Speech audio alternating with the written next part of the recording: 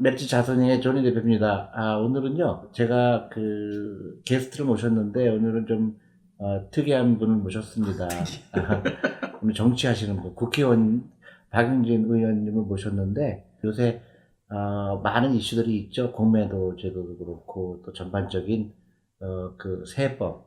그 전반적으로, 이런 기회가 좋다고 생각했습니다. 그래서 모셨으니까요, 인사 한번 하시죠. 예, 안녕하세요. 국회의원 박용진입니다. 서울 강북을 사시는 분 계세요? 제가 거기 지역구를 두고 있는데요. 사실 오늘 좀 우리 구독자분들한테도 이제 같이 공유하고 싶은 얘기를 좀 여쭤보고 싶은데요. 이제 막 투자를 하시는 분들, 그리고 이제 뭐 할까 말까 고민하시는 분들, 공매도 그러면 이게 무슨 소리지? 공매도? 잘 모르실 것 같은데, 공매도 제도에 대해서 간단하게 한번 말씀을. 공매도는 쉽게 해서 그거예요. 그러니까 내가 주식을 소유하고 있지 않은데, 주식이 없는데. 네, 주식이 없어요. 근데, 없는 데에서 내가 주식을 빌려서 파는 거예요. 네. 그러니까 내가, 주식은 없지만 저 주식이 너무 과대평가되고 있다. 근데 내가 주식이 있으면 내가 팔았을 텐데 주식이 없으니까 빌려서 빌려서 팔고, 나중에 내가 빌린 데에서 사서 주면 되지. 10,000원에 팔고, 5,000원에 떨어졌을 때 내가 사서. 5천원에 사면 되거든요. 그리고 그 주식을 돌려주면, 그렇죠. 전체 5,000원치는 그렇죠. 내가 남는 거니까. 예. 그러니까 주식은 보통 오르는 것에 투자해서 올랐을 때 이익을 보는데, 그래서, 그렇죠. 공매도는 빌려서 떨어졌을 때. 쉽게 얘기하면 이제 미국의 많은 헤지펀드들이 하는 전략이죠. 그러니까 어떤 거는 롱이라고 그러고 어떤 건 숏이라고 그래요. 네. 그래서 롱은 내가 사서 갖고 있는 거, 숏은 내가 갖고 있질 않지만 이거는 너무 과대평가가 됐으니까 내가 미리 팔고 내가 나중에 떨어졌을 때 사서 갚으면 되지 않느냐. 이제 그런 그런 간단한 원리죠. 그래서 예. 헤지펀드들은 롱하고 숏을 같이 갖고 있어서 롱은 올라가면 좋은 거고 숏은 내려가면 좋은 거죠. 네. 그래서 어떤 일정한 수익을 벌고 싶어 하는 건데 그러니까 이제 예를 들어서 시장이 막 떨어졌을 때 그때 만약에 내가 숏을 친 사람은 돈을 벌 수가 있잖아요. 그렇죠. 그래서 헤지펀드들이 하는 얘기는 우리는 돈을 벌어준다 고객들한테. 주식 가격이 올라가도 벌고 내려가도 번다. 그래서 우리가 과대평가된 거는 숏을 하고 그 다음에 올라갈 것 같은 건 롱한다. 근데 이론적으로는 가능한데 그게 어렵죠. 이게 거꾸로 되면은 이거 망하는 거잖아요. 완전 쫄딱 망하겠네요. 네.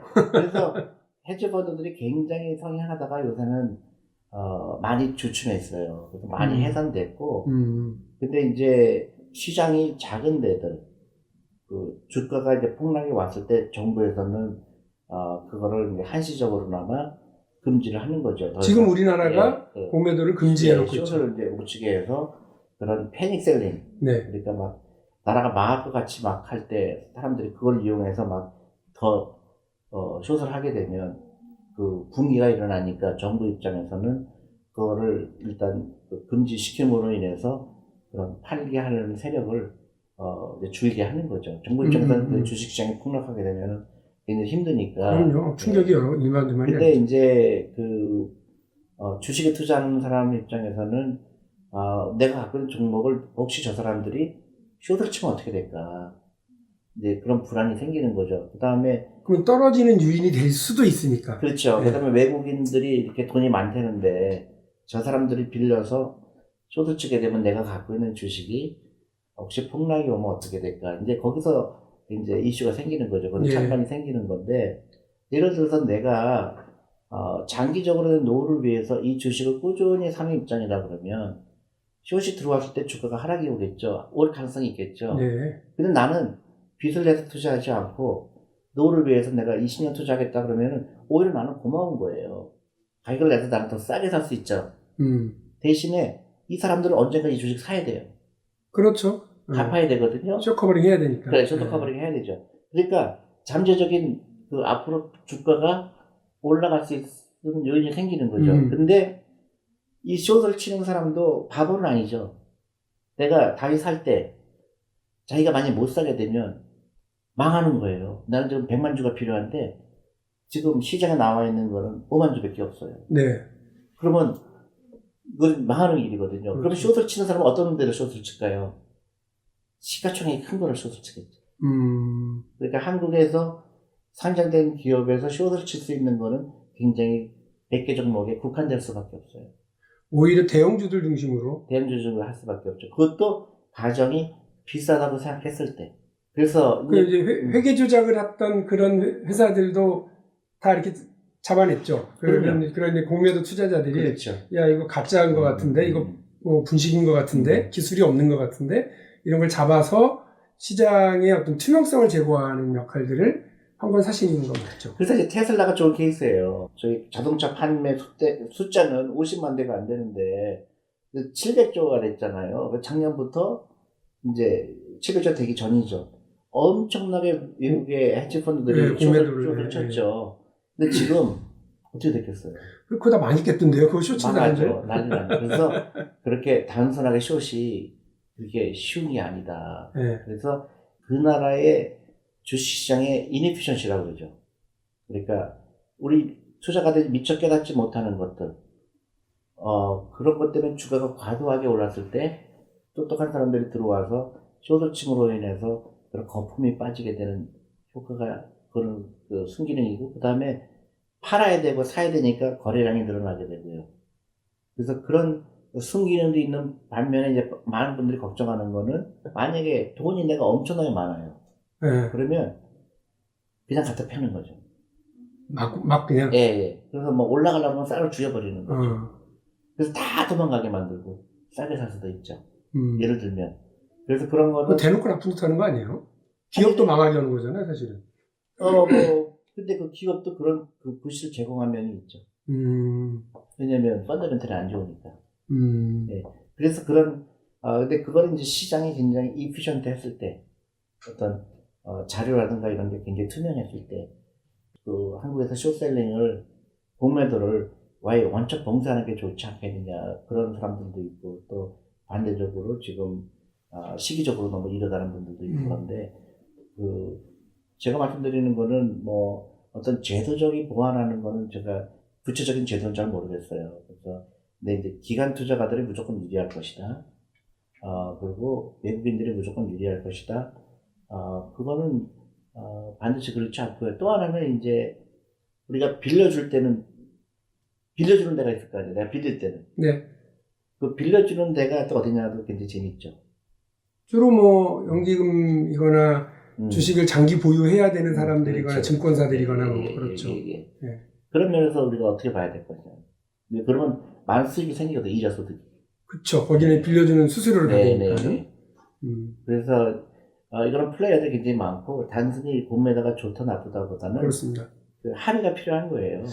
저도 뭐 공매도를 뭐 폐지해야 된다 이렇게 보는 거에 동의하지를 않고, 제도 개선을 하고, 지금 이미 금지 기간 중이니까 제도 개선을 좀 해야 되겠다라고 이제 보면서 몇 가지 공매도의 악한 사례들 이렇게 좀 간단히 말씀을 드리면, 영화에 나오는 007 카지노 로얄에 나오는 테러리스트들이 자기를 자금 이렇게 딱 불리려고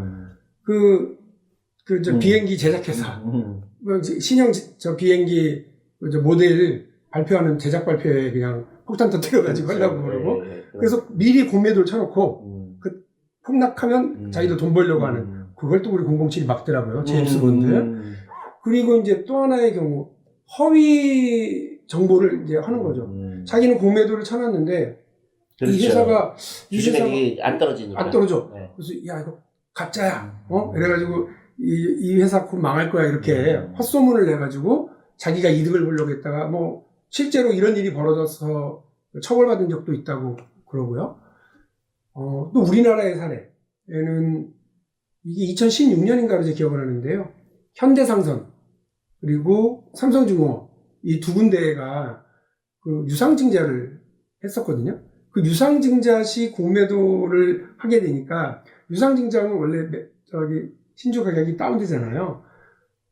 그러니까 공매도 쳐놓고 받은 신주 가지고 그걸 갚고, 그럼 그 사이에 엄청나게 많은 투자자들은 손해를 볼 수밖에 없는데, 그 사이에 또 어떤 일이 있으냐면 카카오, 그다음에 현대중공업 여기가 또 똑같은 상황이 벌어져가지고요. 또 투자자들 손해보고 그랬더라고요. 작년에 법이 통과돼서 요거는 막았습니다. 요렇게 요때 참여하는 건 막았는데 주식시장에서의 정보의 비대칭성, 우월적 지위에 대한 남용, 개미 투자자들은 구조적으로 손해보는 거 아니냐라고 하는 불신과 불안이 그냥 쫙 있더라고요.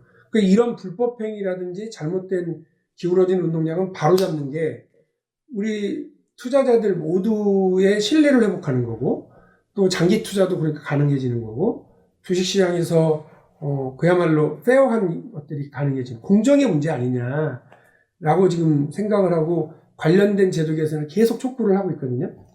그렇죠. 이제 개인들은 이제 그런 불신이 강한 거죠. 개인들의 손발은 묶여져 있는데 그 기관과 외국인들은 마음대로 할 수 있는 그 제도 자체가 그렇다. 근데 제가 한 가지 얘기하는 건 예. 외국인들이라고 해서 쉽게 그렇게 하지 못한다. 빌릴 데가 없다. 근데 이제 근본적으로 공매도가 뭔가에 대해서 좀 정확하게 알 필요가 있어요. 공매도에 나쁜 것도 물론 있죠. 주가가 하락할 때 그거를 정말로 그걸 이용하려는 사람들이 있고 그렇죠. 예. 또 나쁜 뉴스를 퍼뜨렸을 때 그 나쁜 뉴스가 어디서 생겼는지 그것도 찾아내기 쉽지 않아요. 네. 그러니까 근데 생각보다 그렇게 한국에서 숏을 치기가 쉽지가 않다. 그리고 정보가 많이 공유되어 있지 않거든요. 옛날에 그런 경우 있었죠. 막 바이오 주식이 막 올라갈 때 네네네. 그때 숏을 많이 치는 거예요. 그럴 때.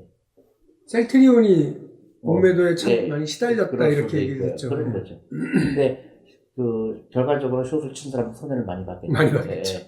그러니까 어느 게 더 뭐 그런데 그러다 주가가 빠졌냐? 빠지지 않았잖아요. 그런 말씀 하시더라고요. 기본적으로 기업의 펀더멘탈이 되게 중요하다. 기초 체력이 있고 기술 있고 영업 수익 좋고 이러면 뭐가 두렵냐. 그 다음에 이제 투명성이죠. 투명성. 네, 투명성이 있으면 숏을 못 쳐요.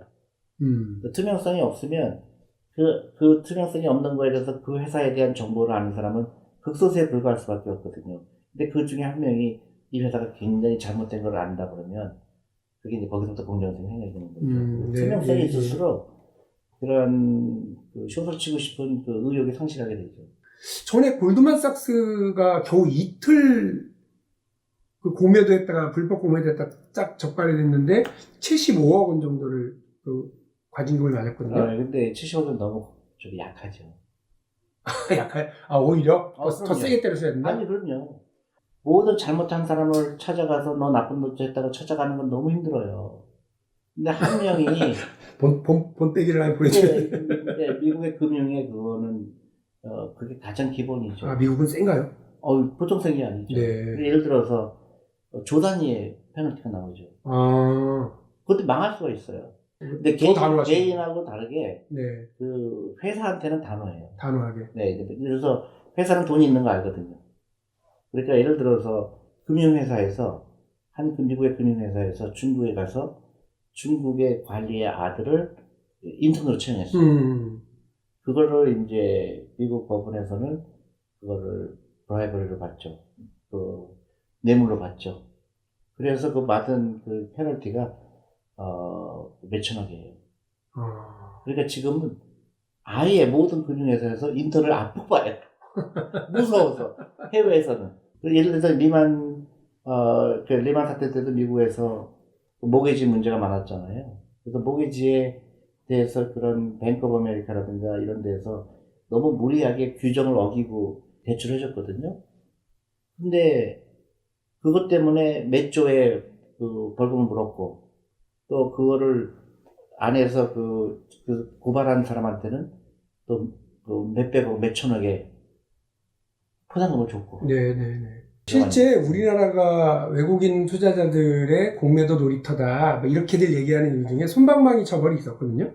작년 국회에서 통과시킨 법 중에 개정한 법 중에 처음으로 형사처벌 가는 길을 열어놨고요. 그다음에 그동안은 이제 뭐 과징금 이 정도 수준이었는데 이제 벌금 뭐 몇 배 이상의 벌금 이렇게 되어 있는 거는 저는 그나마 다행이라고 봐요. 근데 지금 공매도가 가지고 있는 순기능이 있지만 공매도가 가지고 있는 시장에서의 역기능, 개미 투자자들의 피눈물을 빼는 이런 제도적인 허점은 최대한 막아야 된다.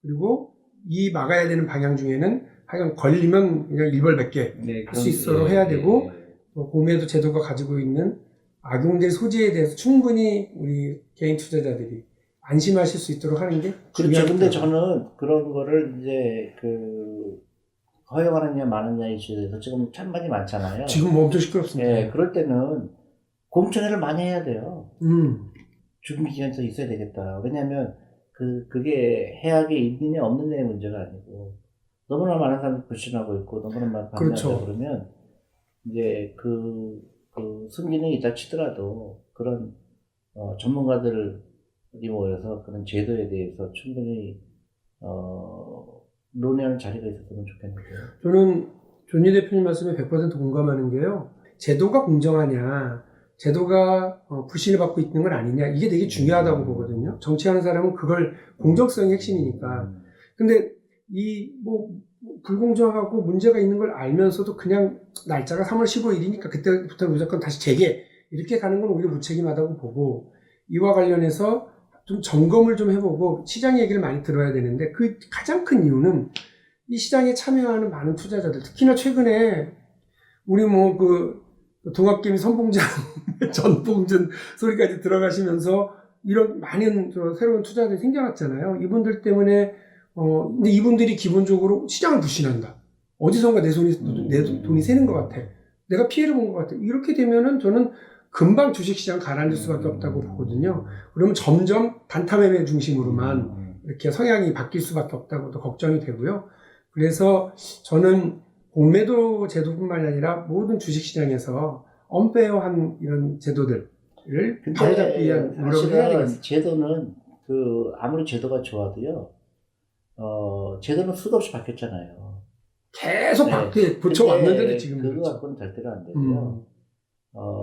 그것도 교육 시스템이 좀 획기적이어야 돼요. 그러니까 정부의 간섭은 최대한으로 줄여야 되고요. 주시장은. 네. 그게 가장 신뢰를 얻는 거고, 두 번째로는 네거티브 시스템으로 가야 돼요. 그러니까 한국은 이것만 된다고 나와 있어요.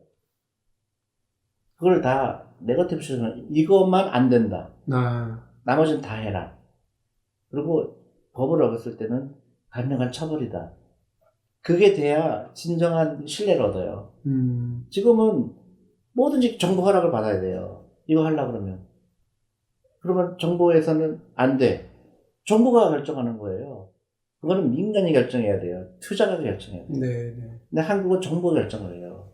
그러다 보면 거기서 언페어가 나오는 거예요. 왜 이걸 안 된다고 그래요? 오히려 금융당국이 너무 많은 걸 결정하려고 그러면 그럼 예를 들어서 가장 그게 정부가 간섭하는 거예요. 예를 들어서 갑자기 주식이 너무 과할된 것 같으니까, 아니면 너무 폭락했으니까 기금을 만들어서 산다든가. 그건 개입이죠. 그때부터는 주시장이 갈피를 못 잡아요.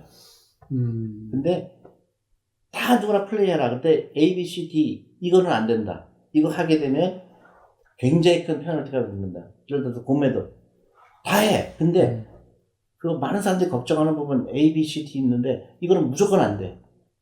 그러면 사람들 신뢰가 오죠. 네, 오히려. 근데 정부 방침이 연기한다든가 이런 거는 땜빵이잖아요. 땜빵이잖아요. 그러니까 사실 그렇죠. 그게 불신인 거예요. 오히려 이제 큰 틀에서의 울타리만 치고 내부에 장기는 좀 정리해라. 그렇죠. 그러니까 정부가 언제 다시 바뀔지 그 자체가 리스크인 거예요. 예. 지금은 쇼세일을 숏을 못 치게 했는데, 그건 좋은데 그럼 정부가 또 그 날짜를 정해야 되는 것 자체가 예측할 수 없는 거잖아요. 그러니까 정부가 예측 불가를 조장하게 된 거죠. 그거보다 중요한 거는 많은 주식시장에 선량한 돈이 들어오게 하는 거예요. 퇴직연금, 그다음에 그런 연기금, 주식시장에 들어와서 새로운 젊은 사람들이 창업하는 거를 다 받아주고, 또 그 사람들이 선량한 자본주의자가 되고, 새로운 기업이 나와서 또 공정하게 경쟁하고, 그게 우리나라는 정책이 그동안 어떻게 되냐면 가능하면 주식하지 마라. 그게 정책이었어요. 그러니까 일반 사람들도 주식 투자하면 안 된다라는 거를 정부가 심어준 거예요. 주식하면 깡통 찬다. 돈 있으면 땅 사라, 집 사라, 그렇죠. 이렇게 얘기했던 게 그 우리 부모님 세대의 그냥 고정관념도 있지만 정부에서도 그렇게 정치인들, 정부, 관료들 다 주식에 대해서 다 부실하는 거죠. 그러니까 그 나라의 금융시장이 클 수가 없죠. 마음속으로는 주식 투자하면 안 된다고 생각하는 사람이 주식 제도를 만들고, 정치인들도 주식 투자하면 안 된다고 생각하는 사람이 법안을 만들고, 그 대학교에서 주식 강연을 하는 교수님도 속으로 주식 투자하면 안 된다고 생각하는 사람들이 대부분인 나라가 굉장히 신기한 그래요. 거죠. 근데 요즘 그래도 엄청 핫해졌잖아요. 근데 이제 많은 분들이 참여하고. 근데 지금부터죠. 그러니까 많은 분들이 3천이 됐는데 지금 또 2천이 되면 어떻게 되냐, 뭐 굉장히 불안하잖아요. 그거를 정부가 해야 되는 거죠. 정치인이 해야 되고 물꼬를 트게 하는 거죠. 이렇게 사람들이 다 주식에 대해서 관심을 가졌는데 주식에 투자하는 거는 좋은 일이다. 다만 단기적으로 투자하지 않고 장기적으로 투자하고 주식을 산다는 거는 기업의 주인이 된 거다. 네. 그런 그 철학을 유지하고 그 정책에 대해서 하는 게, 그래서 3천이 아니고요.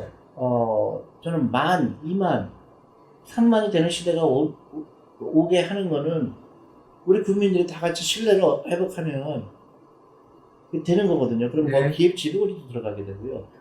또 상장하는 사람들은 그 주주들에 대해서 어떤 마인드를 가지고 경영해야 되고, 그게 진정한 이제 대한민국의 선진국으로 가는 거죠. 어제 어디 인터뷰에서 네. 우리 대표님께서 해주신 인터뷰 중에 저도 생각이 100% 공감되는 부분이 있는데 더 풍부한 말씀을 듣고 싶어서 제가 좀 적어왔어요.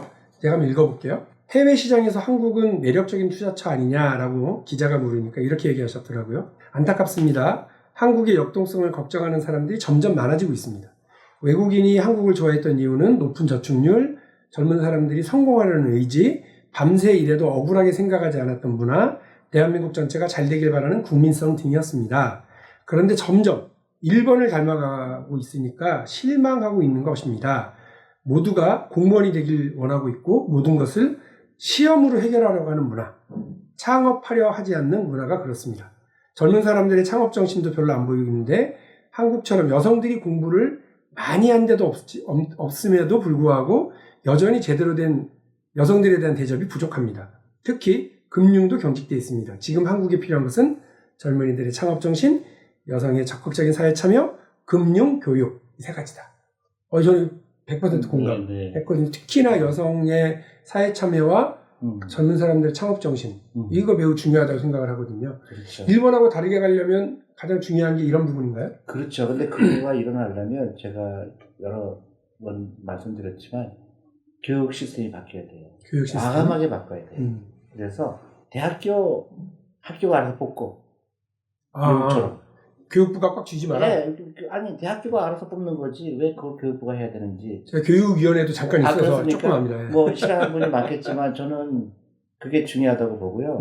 그다음에 등록금도 부자들한테는 걷고 가난한 애들한테 그냥, 그러니까 기부금 입학제도 열어라. 저는 기부금 입학도 해야 된다고 예. 보거든요. 그래서 모든 게 자본주의화가 돼야 돼요. 그래서 자본이 일을 하게 하고, 근데 이제 그 단순히 똑같은 기회를 주는 건 평등이 아니라고 봐요. 평등이라는 거는 그 커스터마이즈 돼야 되는 거죠. 그 사람이 처한 위치에서 굉장히 가난한데 나는 정말 공부하고 싶은데 그런 사람들 사장하지 않는 거. 그러니까 어떻게 되냐? 공부는 잘했지만 등록금이 없는 사람들한테는 대학교가 등록금을 내지 않아도 되는 융통성이 필요한 거죠. 그러니까 미국의 아이비리그 가면요 40%가 등록금 안 내요. 근데 한국은 부자나 가난한 사람이나 똑같은 등록금을 내야 된다는 것도 저는 잘못되어 있고, 더 근본적인 거는 왜 그 많은 사람들이 수능시험에 매달려야 될까? 거기에 사교육비가 1년에 20조, 30조 들어가는 나라는 20조, 30조라는 돈이 만약에 우리 기업한테 투자되고 우리 자녀들한테 투자가 된다 그러면 1년이면 200조예요. 그러면 창업하지 말라고 해도 창업이 되죠. 사교육 시장에 계신 분들은 매우 싫어하실 말씀을. 싫어하겠죠. 근데 저는 이제 어마어마한 시장이에요, 진짜. 예, 우리나라가 정말로 앞으로 10년, 20년 후에 어떤 모습이 될까? 교육 시스템을 완전히 바꿔야 돼요. 뭐 여기저기 고치고 저기 고치가 아니라 생각을 바꿔야 되고, 우리 아이들이 학교에서 3시에 끝나면 놀아야 돼요. 하기가 싶은 거 해야 돼요.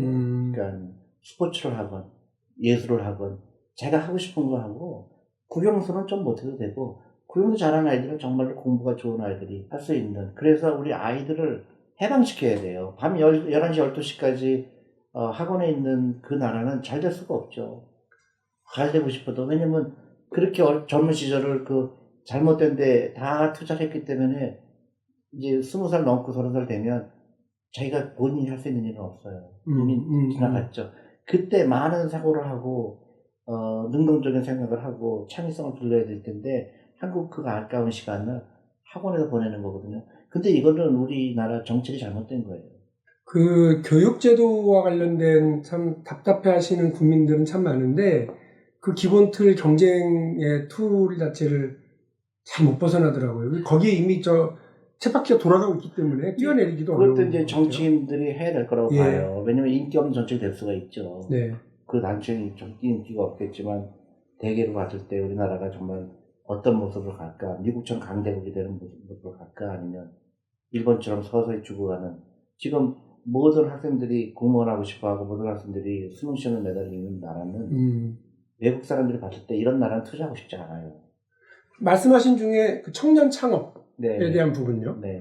저도 사실 우리 이제 주식 관련해서 같은 공통을 주제가 있으니까 그 10년 전에 대한민국 시가총액 32기업들 이렇게 들여다보면 금융주들이 좀 있고요. 대부분은 다 삼성, 현대, LG, SK 이렇게 세습된 재벌의 계열사들이 대부분이었고 네이버 하나 정도가 그 30위 안에 들어가 있었거든요. 그렇죠. 근데 지금은 5개 회사가 네. 있습니다. 많이 바뀌었고요. 그 중에서도 이제 5개는 눈에 띄는 게 뭐냐면 네이버, 카카오, 셀트리온, 넷마블, NC소프트가 창업 1세대, 이른바 혁신 창업 1세대 사람들이 회사를 이끌고 있는 회사들. 그러니까 부모 잘 만나서 물려받는 게 아니고요. 그래서 그 DNA 구조로가 아니라 자기의 노력, 자기의 열정, 그리고 엄청난 고생, 딱 그 스토리가 있잖아요. 그렇죠. 그렇게 해서 들어온 데가 5개가 있어서 저는 앞으로도 이런 그 혁신 창업의 시대가 열려야 된다. 세습 재벌의 그 기업들이 주도하기보다는 물론 여기는 여기대로 열심히 일해야 되지만 더 많은 기업들이 기회가 열려서 들어오고 혁신 창업의 시대가 열리고 삼성전자 같은 회사가 5개, 10개 이렇게 더 생겨날 수 있도록 정치가 이렇게 좀 도와줘야 된다 생각을 해서 청년 창업을 좀 적극적으로 정부가 좀 주도하고 이끌어 나가야 되겠다 이런 생각이 드는데 혹시 이렇게 현장에 계시니까 이런 면에서 좀 정부나 국회가 좀 창업을 좀 이렇게 유도하고 응원하는 방법. 근데 창업이라는 게 돈이 들어가야 되잖아요. 돈이 들어가죠. 그러니까 모험도 수반하고. 그렇죠. 미국 같은 경우에 실리콘 기업에 만약에 창업을 하게 되면 창업 자금을 대는 그 펀드가 많죠. 그러면 그 중에서는 10개 투자했을 때 하나만 성공해도 큰 성공이 되는 거거든요. 예. 그러니까 그 창업 자체는 위험한 거예요. 근데 그거를 서포트할 수 있는 돈이 시장에 들어와야 되잖아요. 그런데 한국은 그 돈이 엄청나게 많아요. 퇴직연금 있죠. 네. 국민연금 있죠. 예. 그 돈이 몇백 조예요. 근데 그 돈을 쓸 생각은 안 해요. 그건 이제 안전한 투자처를 찾아야죠. 그러니까 그게 문제인 거죠. 그러니까 그게 돈이 없는 게 아니에요. 그러니까 그 돈을 어떻게 쓰게 되는가. 우리 청년들이 그 창업을 할 때 거기에 그 자금을 대주고 그중에 실패하는 것도 있죠. 그렇지만 그중에 성공하는 게 나올 테니까 그러면 그 성공하게 나오는 거에서 많은 일자리가 창출되고 또 거기서 또 창출되는 그 다음에 결정적으로 뭐냐면 M&A가 일어나게 돼요. 그렇죠. 그러니까 지금 창업하면 내가 엑시트를 할 수가 없어요. 상장하기 전에는. 그러니까 위험이 굉장히 큰 거죠. 투자자 입장에서는 이게 상장될지 안 될지도 모르는데 내가 거기서 또 투자할 수 없죠. 근데 미국에 돈이 들어오게 되면 어떻게 되죠? 중간에 삼성에서 사갈 수도 있고 셀츄리온에서 사갈 수도 있고. 네. 왜냐면 애플 같은 경우 자기네가 개발한 거 거의 없어요. 그렇죠. 다 인수한 거죠. 다 산 거죠. 한국도 그런 시대가 열리면 대학생들이 내가 이런 아이디어에서 이렇게 만들면 대기업에서 사버리면 되지. 내가 이걸 전체적으로 개발하고. 그것도 마찬가지죠. 지금 자율주행 전기차. 그거 다 현대자동차 혼자 하기 너무 힘들어요. 그거 한 기업이 다 하려고 하면 지금 뭐 테슬라는 사잖아요. 그렇습니다. 뽑아오고. 그렇게 되려면 어떻게 될까요? 돈이 뒷받침돼야 되죠. 그렇죠. 근데 지금 한국의 주시장은 말라버렸어요. 그 몇백 조의 돈이 자고 있는 거예요. 그 대학교 기금에 주식 투자하는 비중이 얼마인지 아세요? 모릅니다. 제로예요. 아, 그냥 기금으로 묵기만 예, 다 은행 예금이에요. 또, 그 다음에 또 국민연금도 해외 투자겠다고 그러잖아요. 그것도 좀 이해가 안 가요. 갑자기 생각이 났는데, 저도 그 국정감사 때 어느 저 대학이 사학재단이 그 주식 투자했다가 망했다고 되게 뭐라고 한 적이 있는데, 아니, 그러니까 그것도 좀 이해가 안 가요. 왜냐하면 그 기금은 예. 저 사실은 그 대학이 아니잖아요. 미국에서 가장 위험하게 투자하는 게 대학 기금이에요. 인다우먼트라고 해서 전부 헤지펀드에 투자하죠. 미국의 대학 기금이 처음에 헤지펀드를 만든 거랑 마찬가지예요. 헤지펀드가 나왔을 때 제일 먼저 용감하게 투자한 데가 대학 기금이죠. 우리나라에서 그러면 난리 그러니까 나겠죠. 왜냐면 그게 금융에 대한 이해 부족이고 금융 강국이 되지 못하는 가장 큰 걸림돌이죠. 아니 똑똑한 사람들이 모이는 대학 교수들이 모이는 투자도 금융을 이해하지 못하는 거예요. 그러니까 우리가 구형수만 공부했기 때문에 그래요. 구형수만 공부했기 때문에 세상이 어떻게 돌아가는지 모르는 거예요. 그러니까 정부가 할 역할은 돈이 들어오게 하는 그런 정책적 제도적인 그렇죠. 설계. 세금을 깎아준다든가 아니면 장기적으로 투자하는 사람들한테 어떤 인센티브를 준다든가 그 다음에 그 월급쟁이들에 대해서 노후 준비를 정말 어떻게 시켜야 될까 이런 거를 실질적인 고민을 해야 되고 그 돈이 주시장에 들어왔을 때 시가총액이라는 거거든요. 한국 기업의 시가총액이 예를 들어서 100조다. 근데 100조인 회사와 200조가 되는 회사와의 경쟁력은 엄청난 차이가 나요. 지금 테슬라가 경쟁력을 있을 수밖에 없는 거는 시가총액이에요. 700조의 시가총액이기 때문에 뭐든지 할 수 있는 거예요. 뭐 예를 들어서 어떤 전기차를 정말 개발하는데 우리가 역량이 부족하면 사오는 거죠. 지금 현대차 같은 경우 그냥 사올 수 있어요. 너무 싼 거예요. 그렇잖아요. 그렇죠. 벤츠가 개발했다. 벤츠 사오면 돼요. 예. 그런 시각을 가져야 돼요. 그러면 우리나라가 근데 우리나라가 그러면 그렇게 되면 어떻게 될까? 저는 3대 강국이 될 가능성은 거의 100%에 가깝게요. 예, 한국이 그렇게 되려면 그 생각이 필요하고 잘못된 개혁에 대해서 과감해야 되죠. 교육, 그다음에 여성, 그다음에 금융, 그리고 금융인이 많이 나와야 되고 제가 어느 여대 가서 제가 강연을 했는데 그 MBA 과정인데 그 금융을 폐쇄했대요. MBA 과정에서요? 네. 왜냐하면 입학자가 없어갖고. 하려고 하는 사람이 없다고. 그러니까 여성들이 여성과 관련해서 여성들이 금융업을 안 하겠다는 거예요. 그러니까 금융에 대한 잘못된 인식이 너무너무 한국에 많은 거예요. 그건 충격이네요. 네, 충격이죠. 그래서 지금부터는 여성 금융인이 많이 나와야 되겠고, 싱가포르나 홍콩처럼, 그리고 금융이 그 GDP의 큰 그걸 차지해야 되고, 그 다음에 교육을 바꿔야 되고요. 시간이 없어요, 한국은. 그리고, 정치인도 그만 싸우고. 네. 지금 하시는 말씀들 대부분 저도 되게 공감을 하고 있고요. 그게 좌든 우든 보수든 진보든 교육개혁 필요하다, 금융개혁 필요하다, 그 다음에 청년 창업을 적극적으로 지원해야 된다라고 하는 다 동의를 할 거고요. 거기에 대한 디테일한 계획과 정책적 설계 맞습니다. 이런 건 이제 같이 싸우지 말고 이렇게 좀 해나가도록 해볼게요. 그 중에 가장 큰 게 국민연금이고요. 또 하나 큰 게 퇴직연금이에요. 퇴직연금의 주식 비중이 전 세계에서 꼴찌예요. 그렇군요. 예, 2.7%밖에 안 돼요. 그러니까 미국 같은 경우 30-40%다 있고, 근데 그 전부 DB형으로 돼 있고, DC형으로 돼 있는 거의 없고, 그런 제도적인 보완이 제가 볼 때 이번 국회에서 많이 해결을 할 걸로 제가 예상을 하는데요. 법안들 올라간 거 보면. 디테일로 들어가서는 제도적으로 불합리한 것들이 아직도 굉장히 많아요. 퇴직연금 제도도 좀 그렇고, 그 다음에 그 펀드나 라임 펀드 같은 게 저렇게 이슈가 된 거는 충분히 막을 수 있는 것들이거든요. 제도만 제대로 됐으면. 그 다음에 이제 펀드도 숫자가 너무 많고, 근데 그건 이제 금융감독원에서 옛날부터 제도 줄이는 과정을 해왔고, 근데 아직도 디테일로 가면 이게 참 문제가 많다. 그런 게 아직도 굉장히 많죠. 지적해 주신 부분들 하나하나 좀 저희가 개선해 나가는 노력을 많이 하겠고요. 정말로 한국 사회가 이미 일본처럼 장기적으로는 인구 축소 추세를 이제 불가피하게 됐고, 이것이 사회 전체 활력을 떨어뜨리지 않기 위한 정치, 경제, 사회 모든 분야에서 새로운 활력을 도모하기 위한 노력들을 해야만 일본처럼 그렇게 그렇죠. 가지 근데 않는다. 저는요, 예. 그 아이가 우리나라가 인구가 줄어드는 거를 하는 것도 저는 위험하다고 봐요. 그렇게 될 수밖에 없는 환경을 만든 건 우리예요. 그렇죠.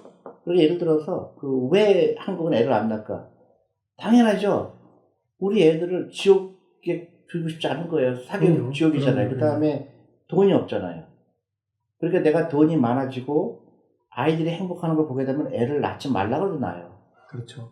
그게 교육하고 금융이에요. 네. 부자 만들어주고 그다음에 교육제도 해서 우리 아이들이 좀 더 해피한 라이프를 살게 하는 그 두 가지는 지금부터 우리가 개혁을 해야 되는 거죠.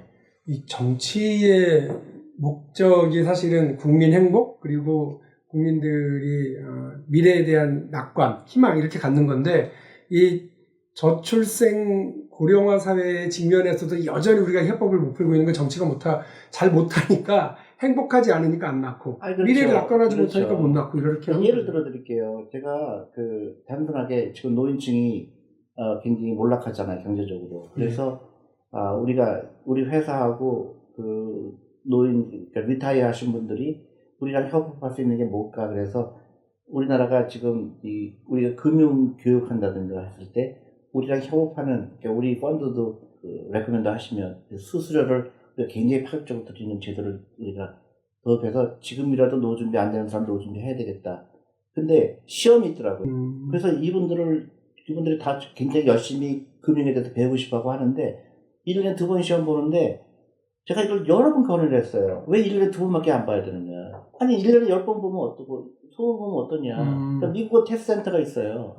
그래서 동네마다 테스트 센터가 있어요. 그거는 금융에 대한 시험뿐만 아니라 무슨 부동산 시험, 여러 각종 시험이 있잖아요. 한 군데서 보는 거예요. 컴퓨터로 보니까. 그러면 얘도 부산 하나 있고 광주 하나 있고 대구 하나 있으면 대구에 계신 분이 나도 이제 금융에 대해서 알고 싶고 근데 메리츠랑 뭘 하고 싶은데 그 테스트를 봐야 되는데 4월까지 기다려. 작년에도 코로나 때문에. 근데 이게 지금 노인층에 그런 잡을 주는 거에 대해서 지금 굉장히 정부가 노력하고 있잖아요. 근데 왜 노인 일자리? 네. 이렇게 왜 간단한 것도 고치지 못할까? 그리고 이제 이런 게 나는 너무 이해가 안 가는 거예요. 그러니까 디테일이 너무 약한 거예요. 그거를 1년에 2번만 하는지는 한번 확인해 볼게요. 그래서 다들 변화가 두려운 거예요.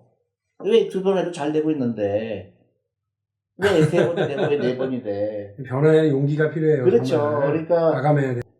여러 가지 많이 보여요. 그러네요. 그래서 지금 외국처럼 자유롭게 생각하고 과감하고, 그게 저는 한국이 한 5년 내에 10년 내에 이루지 못하면 급속도로 그러니까 모든 사람들이 전문가들이 얘기하는데 기정사실하는 거예요. 한국은 고령화가 된다. 그러면 그거를 멈출 수 있는 방법에 대해서 사람들이 얘기를 안 해요. 하고는 싶어요, 다들. 그래요? 근데 돈만 이제, 엄청 투입하고 근데 지금 결과가 안 나와요. 정치적인 이슈가 될 수도 있고, 그런데 반대하는 사람들은 또 그거에 대해서 공격할 수도 있고. 그렇지만 지금 우리 한국은 시간이 없어요. 저는 그래서 국가 지도자가 어떤 문제에 대해서 과감하게 욕먹을 각오를 하고 그 부분에 대해서 충분히 점검한 다음에 밀고 나가서 반대는 설득하고 이렇게 좀 그러는 과정, 욕먹을 각오를 하는 리더가 좀 필요하다고 봅니다. 그래서 오늘 전희 대표님과 견해가 다른 부분도 있었지만 경청에서 들었으면 좋았던 게 너무 많았고요. 그리고 특히 이제 공매도 제도에 대해서 상세하게 설명해 주시고, 그리고 공매도 제도 가지고 있는 순기능, 이 부분도 말씀을 잘 해주셔서 저나 전희 대표님이나 공매도의 극단적 폐지 이런 거 말도 안 된다. 다만 그 제도를 제기하는 것과 관련해서 시장에서의 합의를 만들어내기 위한 전문가들 의견 많이 듣고 또 제도의 개선이 필요하다는 부분에서는 저하고 그렇죠. 투자가들이 충분히 납득할 수 있도록 그렇게 되면은 문제가 많이 줄어들죠. 그게 신뢰죠. 예. 저도 오늘 정말 많이 배웠고요. 이렇게 어려운 시간 내주셔서 정말 감사합니다. 네, 고맙습니다. 감사합니다. 예.